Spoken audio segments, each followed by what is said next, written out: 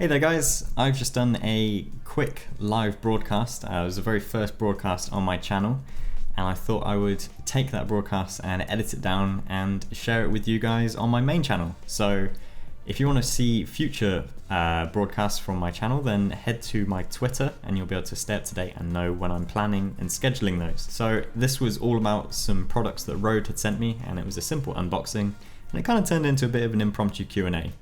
So this is how it went. Alright, let's have a look through these comments. Okay, do I ever worry about theft when I travel? Of course. So I am extremely careful about all the products that I carry with me when I'm traveling. I'm also extremely careful about what I share online of where I am and when I am. It's kind of one of the reasons that when I do share content, it's delayed, because obviously someone could quite easily follow my footsteps and see where I'm going and know what I have with me. But if that content was shared a week late, then they're already behind. I'm particularly careful of the stuff that I have on me and knowing where it is at all times. So I quite often will have a bag literally attached to me in some way. Generally, you have to be quite vigilant of things, but you also have to remember that these are just tools for what you're working with. Yes, they're expensive tools, but if that gets in the way of you doing an experience or going somewhere to get some amazing photos and some amazing content, then that's where you need to kind of look at the balance of things. Like, you know, is it worth risking this equipment? That is my door. Someone's at the door. So yeah, is it worth risking the equipment, or should you go and experience things? I will be right back. There is someone at the door. I think it's Ellie. So yeah, I take care of a lot of my equipment when I'm traveling, but I also make sure to remember that they are just tools. Thanks for all the compliments on my content, by the way, guys. It's always great to hear what you're liking. I also love to get your feedback on things. So where do you think things could be better? That's generally what I'm always looking for. Ideas are always improved when you share them with more people. So it's always great to get positive feedback, but sometimes constructive feedback is also just as good. Actually, it's often better. Make a behind the scenes of my live streams. That is actually something I'm definitely planning. So as I go through these streams and they work out well, I do want to make some behind the scenes looks at those. So again, you should make sure you can follow me on Twitter, and you'll see, sorry, Ellie's just walked into the room. Hi everyone. So yeah, if you do want to catch when I'm doing those, I post a lot of behind the scenes photos and stuff on my Twitter, and obviously on Instagram stories now as well. I never really did that well on Snapchat, but Instagram stories, I don't know, it just felt a lot more natural. When learning photography, what was the hardest thing for you? Okay, so one of the hardest things is probably getting the equipment, to be honest. Yeah, it's also the kind of least important thing. So I was always working with whatever equipment I had, but generally one of the hardest things is sometimes you can get to a certain level where you're just like, I've mastered this piece of gear and I need to get the next one, but I'm only 14 years old and I can't afford that next one. That was probably the hardest thing to start with. Generally, when it comes to actually improving with your photography, the best thing you can do is just go out and shoot. Always just go out and shoot. Always have a camera with you. Doesn't matter what camera it is. I mean, these days smartphones are incredible, and if you happen to get the new iPhone 7, then it's probably going to be better than most DSLRs. You know, for a beginner user, it's such a great camera. So literally just always have a camera with you. Take hundreds per day. Even if you're taking like kind of rubbish videos of photos and stuff like that, by actually using it a lot, you master your camera and you learn how that camera actually works. That being said, I've seen a lot of comments here about Canon, Nikon hate and everything. Guys, it doesn't matter what camera you use. Honestly, it really doesn't. Like, I could probably sell all of my lenses and completely switch to a different manufacturer and still get the same photos. Like, it doesn't matter. The reason I use Canon is because the first camera I bought was Canon. And the reason I bought Canon was because one of my friends had a Canon and we decided that we'd share lenses You know, he'd buy a telephoto and I'd buy a wide angle, we'd share them, go on photo trips together, and then when eventually we could afford them both ourselves, we both ended up with Canon for a long time. Is the Sony A7R worth the money? Okay, so the Sony A7R is an incredible camera. I use mine almost solely for video, which you would probably think, why don't you get the A7S? So when I bought the A7R, it was the Mark II version, and there wasn't a Mark II of the A7S. At the time, I was looking for a new photo camera, and all of the specs and everything on the A7R were just blowing everything out the water. So full frame sensor, 42 megapixels, incredible ISO, obviously not to the same levels as the A7S. And I thought, you know, this is an incredible camera and it's amazing for video as well. As it turns out, I've ended up using my Canon more for photography still, because I'm literally faster at using it. I just use the buttons almost like a reflex. The Sony can at times be a little bit fiddly, however, it's amazing for video. So I still use it almost 100% for video. Is it worth the money? For what it does, it definitely is. Like, they've thrown a huge amount of features in there. Is it right as a standard photography camera if you already have a Canon DSLR or a Nikon or something? You'll have to test one and see. For me, the video blows it out of the water compared to any other DSLR. And the A7S even more so, because that's got slightly higher specs on video and incredible low light control. Okay. And yeah, exactly that. Buy the camera you can afford, doesn't matter what make it is. But I would say go and test a camera before you commit to getting one. So if you know someone who's got one, or just go into a store, ask if you can take the photos outside. So, you know, if it's just on the high street or something, go out and take photos outside. And if you can, use your own memory card so that you can go home and you can review those photos. Definitely makes a difference, and you're not pressured into buying something there and then. What lens would you recommend for a beginner photographer? I'm thinking a 50mm 1.8 lens for Canon. Also, can you say hi to Lindsay for me? Got to pay him back for a shout out from RØDE. What?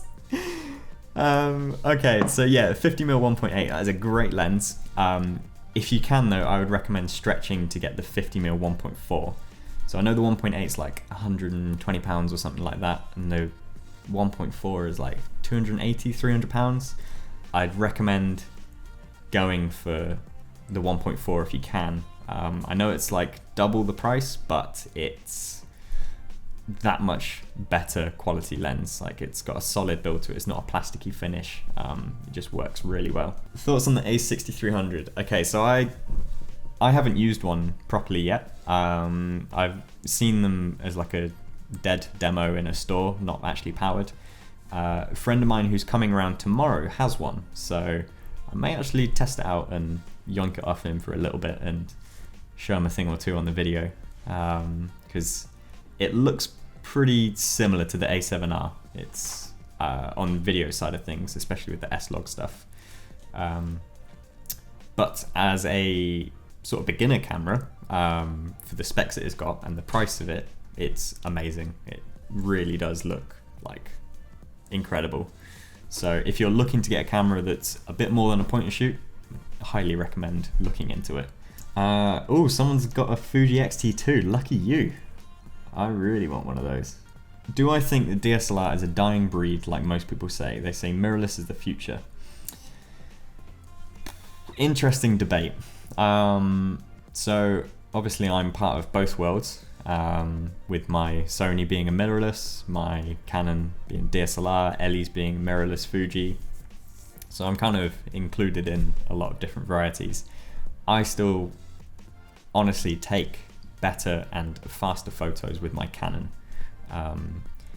Better in terms of the actual composition and the way that I'm taking the photos rather than the quality. So yes, the Sony is incredible on the quality, but if I miss that shot, or if I don't get it in the way that I wanted at the time, then it's gone to me.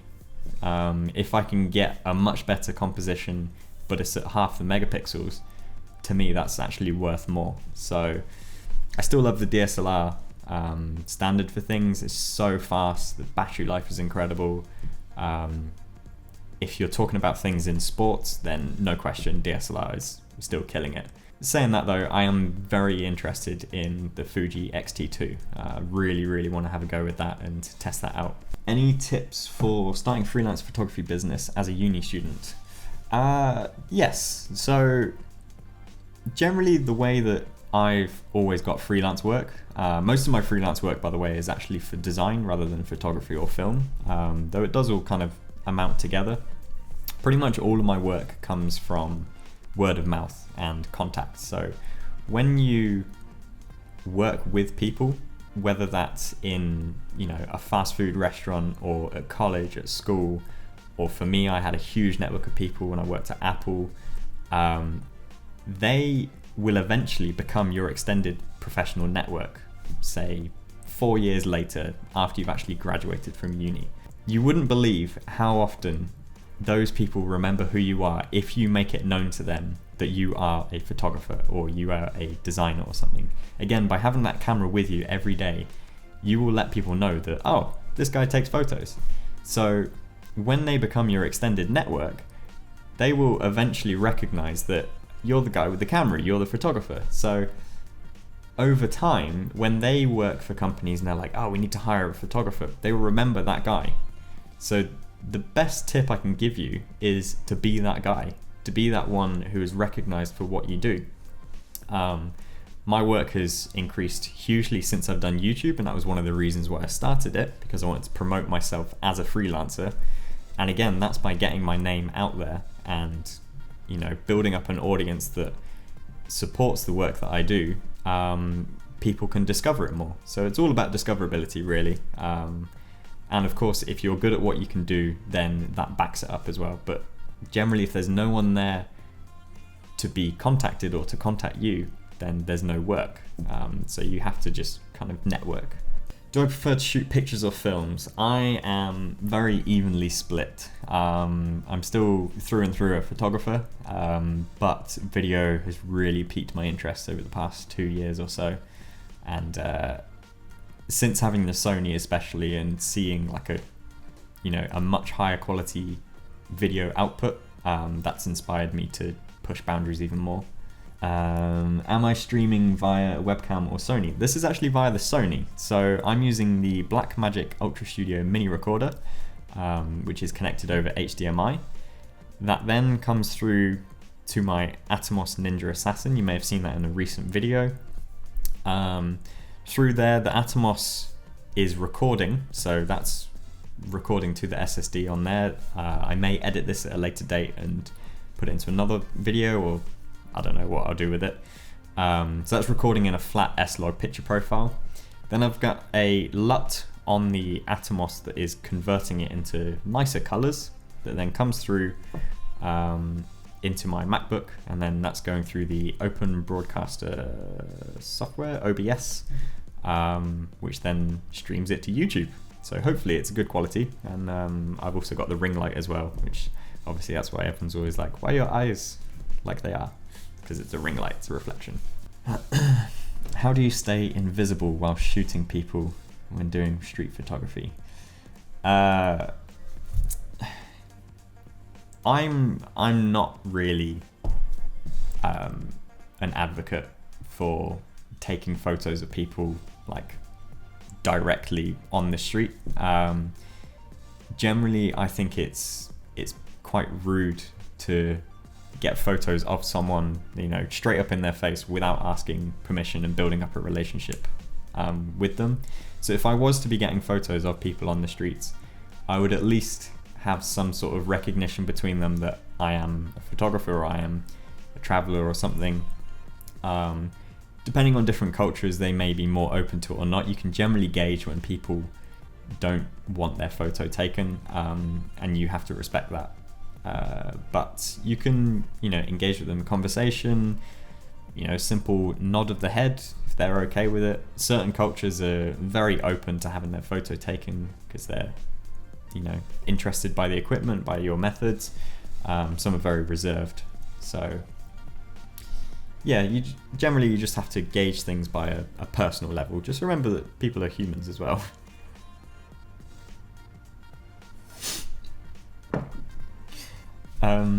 Thanks for the compliments. So if you want to get better at photography, of course watch loads of other YouTubers. If you guys aren't aware of, you know, others online, then just search around for whatever your niche is. So for example, if you're into landscape photography, of course check out Thomas Heaton. He's got a incredible channel with loads of vlogs out in the nature. But generally, as I've always said, is just always go out with your camera, always have a camera with you. Who is my favorite YouTuber? Ooh, interesting. At the moment, I'm actually really loving some of the tech guys like Team Crispy. So Jonathan Morrison, he's been uploading some incredible content recently. Obviously not photography related, but just what he's doing is huge, like really, really premium stuff. Loving his stuff. Do I think Casey Neistat is a good vlogger? Casey Neistat's an interesting one. So I love what he's done for YouTube and for vlogging and, you know, raising the bar on creating higher quality content every day. What I don't like is the way that the audience perceives him to be the original on things. So I'm not going to go too in depth on this because I highly respect what he's doing and his work ethics. They're huge. However, he is not the first person to do a time lapse. He is not the first person to edit in his style. He plays up to the camera, and that's fine, that's great, you know, that's part of storytelling, but it's really hard to see people who don't see that. That's, you know, my thoughts on that.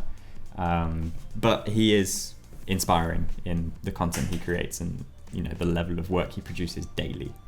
What do I think of Marzbar? I don't actually know Marzbar. He's been mentioned in my comments a few times, and I've kind of checked out a couple of his videos, but I haven't watched many, to be honest. Yes, Ben Brown, love Ben Brown. He's got some incredible content again. Looking forward to his Iceland, not Iceland, where's he been? Arctic stuff. Cool. All right, I think I'm gonna call it a day here, guys. So I just want to say thanks for watching, guys, and this hopefully has been quite a successful live broadcast. This is the first one I've ever done, so my aim was that I wanted to do some standard, you know, just chats and one-on-ones and stuff, but I want to do it at high quality. So if it's worked out, then that's great. I'm now going to set up all this RØDE stuff and have a play around with that. And I'll see you guys in the next one. So follow me on Twitter and you'll see when that is. All right, how do I end this? Is there a big button somewhere? All right, thanks for watching, guys. See you later. Well, that was fun. Let's go straight into the purchases. First up, this is the Atomos Ninja Assassin. Now, I did actually buy this in December of last year before heading out traveling, but it's been such a great product for me for filming various videos, and I'm actually using it right now to film this video.